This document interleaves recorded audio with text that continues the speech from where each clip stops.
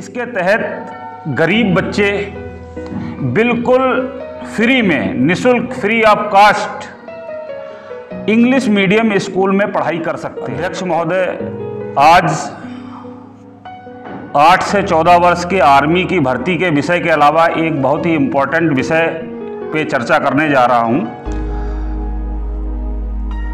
ये जैसे योद्धा स्पोर्ट्स एकेडमी प्रतिबद्ध है स्पोर्ट्स को आगे बढ़ाने के लिए, साथ साथ में जो गरीब बच्चे हैं उनका भविष्य सुधारने के लिए, तो इसी श्रेणी में एक ऐसी जानकारी साझा करना चाहता हूं कि जो इस सोसाइटी के माध्यम से बीसलपुर और बीसलपुर से बाहर हर क्षेत्र में पहुंचे।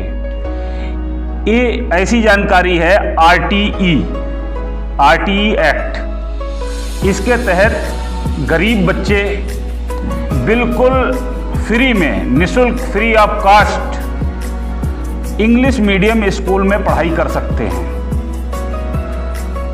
शिक्षा का अधिकार, कंपलसरी एंड फ्री एजुकेशन, ये 2009 का है अधिकार एक्ट, लेकिन दुर्भाग्य से इसकी जानकारी उन लोगों को नहीं है जिसको इसकी सबसे ज़्यादा ज़रूरत है। आज इस मीटिंग के माध्यम से अध्यक्ष महोदय इसको प्रचारित करने की हम पूरी प्रयास करेंगे कि आप लोगों के माध्यम से ये प्रचारित हो कि अपने क्षेत्र के सरकारी स्कूल छोड़ दीजिए, इंग्लिश मीडियम स्कूल में बच्चे को बिल्कुल मुफ्त एडमिशन लेने का अधिकार है और बिल्कुल रिक्शा, किताबें, कपड़े, ये भी फ्री ऑफ कॉस्ट मिलने का अधिकार है। लेकिन जानकारी के अभाव में जो इसके व्यक्ति होते हैं, जो ज़रूरतमंद होते हैं, उन तक बात पहुंचती नहीं है और ये जानकारी उनको मिलती नहीं और उसका लाभ नहीं उठा सकते। इसमें कैसे क्या होता है, रजिस्ट्रेशन कैसे होता है, किन किन डॉक्यूमेंट्स की ज़रूरत पड़ती है, ये हम आपको बताएंगे और हर गरीब बच्चे को इसकी जानकारी पहुंचे, इसके लिए इस चीज़ को माध्यम से, आपके माध्यम से शेयर करना भी बनता है और जितना संभव हो सके इसको शेयर करें। RTE act, right to free and compulsory education act 2009, शिक्षा का अधिकार। शिक्षा का अधिकार 6 से 14 वर्ष के बच्चों के लिए फ्री और कंपलसरी एजुकेशन की व्यवस्था करता है। इसके अंतर्गत क्या है कि आपके क्षेत्र के 1 किलोमीटर के अंदर के जो भी शिक्षण संस्थान है, इंग्लिश मीडियम स्कूल हैं, इसमें आपका अधिकार है कि आप उसमें बच्चे को फ्री पढ़ाएं। एक किन बच्चों के लिए है? ये उन बच्चों के लिए है, गरीब और पिछड़े वर्ग के बच्चों के लिए है, जो चाहते हैं, बच्चों में टैलेंट है, वो चाहते हैं कि हमारा, लेकिन उनकी पॉकेट अलाउ नहीं करती है, या पिछड़े वर्ग के हैं, उनके लिए अधिकार है। किसी भी प्राइवेट स्कूल में, अभी तक सरकारी स्कूलों में आपने सुना होगा, लेकिन प्राइवेट स्कूल में शायद अभी तक ना सुना हो कि प्राइवेट स्कूल में भी अधिकार है हमारा।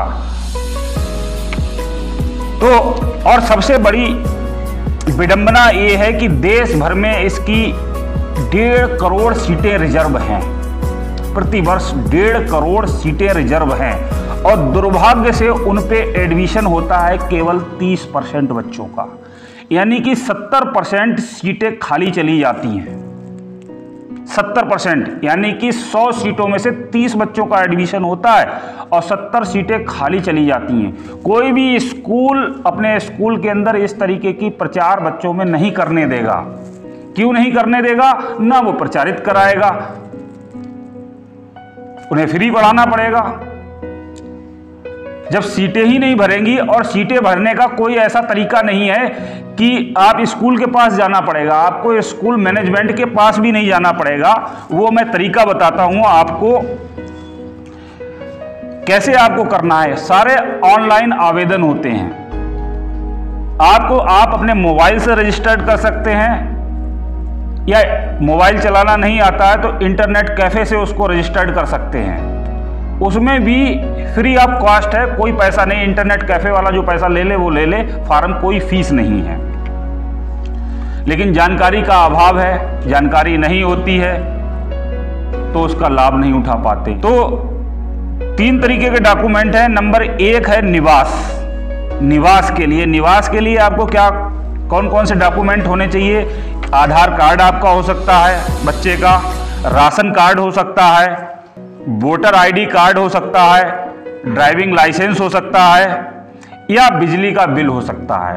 लेकिन बिजली का बिल आपका 6 महीने से अधिक पुराना नहीं होना चाहिए। निवास प्रमाण पत्र जो तहसीलदार द्वारा बनाया गया हो, निवास प्रमाण पत्र हो, वो इसमें लगेगा।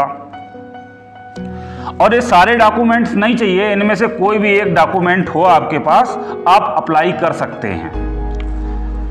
दूसरा डॉक्यूमेंट है उम्र से संबंधित। इसमें जन्म प्रमाण पत्र, अगर जन्म प्रमाण पत्र नहीं बना है बच्चे का तो आधार भी नहीं है बच्चे का तो अस्पताल में सहायक नर्स या नर्स द्वारा जो स्लिप काट के दी जाती है बच्चे की डिलीवरी के समय, वो आपका जन्म प्रमाण पत्र के रूप में मान्य होगा, उससे आप आवेदन अप्लाई कर सकते हैं। तीसरा सबसे जो जरूरी है कि कौन लोग अप्लाई कर सकते हैं इसको, ये सबसे जरूरी है कि अप्लाई कौन लोग कर सकते हैं। तो अप्लाई कर सकते हैं या तो दुर्बल वर्ग में आते हों या असुविधाग्रस्त समूह के लोग हों। तो दुर्बल वर्ग में कौन कौन से लोग आते हैं? दुर्बल वर्ग में बहुत ज्यादा दुर्बल की जरूरत नहीं है, हम में से कुछ लोग इसमें आ सकते हैं कि इसमें आय की जो सीमा है, आय प्रमाण पत्र आपके पास होना चाहिए, उसमें 2.5 लाख से अधिक की आय ना हो। आपकी सालाना आय 2.5 लाख रुपए से कम है। दूसरा वर्ग है असुविधाग्रस्त वर्ग। आप एससी के हैं, आप एसटी के हैं, उसका प्रमाण पत्र आपका होना चाहिए। या बच्चा अनाथ है, उसके माता पिता नहीं है, वो भी आवेदन कर सकता है। तीसरा है माता पिता किसी गंभीर बीमारी से जैसे कैंसर आदि से पीड़ित हैं, तो वो इस वर्ग में आएंगे और वो अप्लाई कर सकते हैं।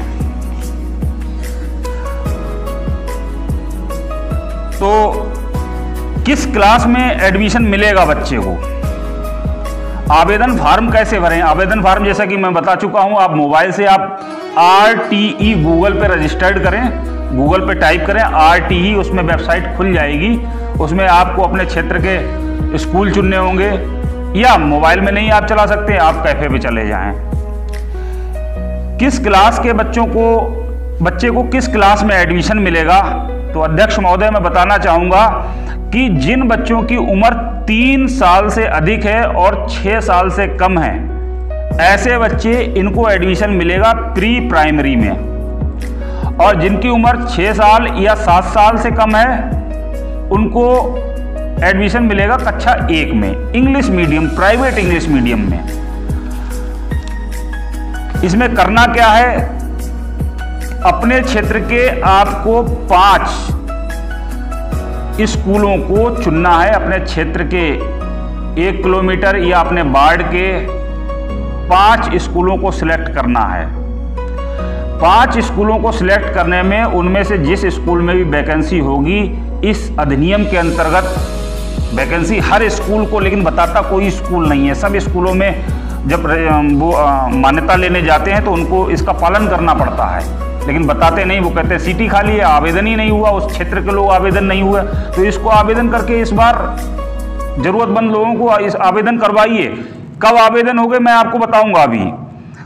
तो कैसे, अगर आप अपने क्षेत्र के अपने वार्ड के बाहर के स्कूल का सिलेक्शन करते हैं तो उस कंडीशन में आपका हो सकता है बच्चे का सिलेक्शन ना हो। उसमें एक कंडीशन में हो सकता है कि अगर प्राथमिकता आपको नहीं मिलेगी। प्राथमिकता तब मिलेगी आपको जब उस क्षेत्र के, जैसे अब आपने यहाँ रहते हैं राधा माधव का आपने सेलेक्ट कर दिया, तो पहले वहां के बच्चों को वरीयता मिलेगी, यहाँ के बच्चों को नहीं मिलेगी। अगर सीट खाली रह जाती है तब आपके बच्चे को वरीयता मिल जाएगी।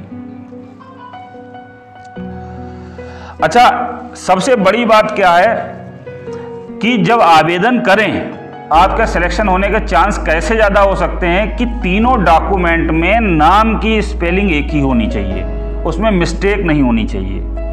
अगर ऐसी स्थिति नहीं है तो आप नाम करेक्शन करा लें पहले से, या डॉक्यूमेंट नहीं बने हुए हैं तो पहले से बनवा के रख लें।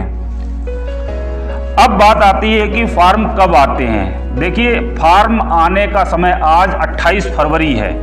फॉर्म आने का यही टाइम है, फरवरी के अंत तक फॉर्म आ जाते हैं, आवेदन शुरू हो जाते हैं। लेकिन पिछली बार कोरोना काल की वजह से ऐसा हुआ था कि 15 मार्च के आसपास इसके फॉर्म आए थे। तो अभी भी 28 फरवरी है, फॉर्म आने वाले हैं। आप इस जानकारी को ज़्यादा से ज़्यादा इसको प्रचारित करें, बताएं लोगों को। और योद्धा स्पोर्ट्स एकेडमी तो जो चैनल है इसकी लिंक शेयर करें, जिससे हर ज़रूरतमंद को इसकी जानकारी हो। और कम से कम अप्लाई करके देखें तो यहाँ पे जो सीटें 70% रिक्त रह जाती हैं वो भरें, भाई किसी को लाभ मिले उस चीज़ का। तो इसी के साथ मैं अपनी बात को यहीं पे विराम देता हूं, और उसके बाद सूक्ष्म जलपान के बाद आप लोग अपने अपने विचार रखेंगे इस विषय पे और फिर अन्य विषयों पे भी। धन्यवाद।